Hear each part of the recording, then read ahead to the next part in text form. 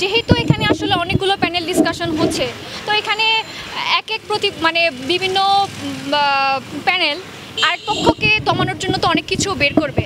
এখন আপনারা যে বিষয় নিয়ে কথা বলতে চাচ্ছেন যে ইনিয়াপুর যে বিতর্কিত বিষয়টা, সেটা তো আপু ডিসক্লোজ করে দিয়েছেন। কারণ উনি যখন শামসুন্নাহার হলের যে নির্বাচিত ভিপি তিনি ছিলেন, তিনি কিন্তু ওই ছাত্রলীগের সময় নির্বাচন করা মানুষ এবং বিভিন্ন উত্থান পতনের মধ্য দিয়ে তাকে আসতে হয়েছে, তাকে বিভিন্ন নিপীড়নের শিকার হতে হয়েছে। তো এখন তিনি তার বিষয়টা কিন্তু ক্লিয়ার করেছেন। আমার মনে হয় না যে এটা কোনো প্রভাব ফেলবে। এবং আপনারা হয়তো মনে করবেন যে এই প্যানেলের হয়ে আমি কাজ করছি বলে আমাদেরকে দুর্বল করার জন্য বিভিন্ন রিউমার্স বা বিভিন্ন কথাবার্তা শোনানো হচ্ছে। বাট বাকি প্যানেলগুলোর দিকে তাকান, তারাও কিন্তু খুব বেশি ভালো অবস্থানে আছে এমন কিন্তু না। প্রত্যেকটা প্যানেলের কিছু দুর্বলতা আছে, প্রত্যেকটা প্যানেলের কিছু স্ট্রং পয়েন্ট আছে। সব মিলেই তো আসলে প্যানেল। এখানে তো আসলে অনেক কিছু বিষয় কাজ করে, ফ্যাক্টর কাজ করে। নির্বাচনী প্রচারণা এটাও একটা ফ্যাক্টর কাজ করে।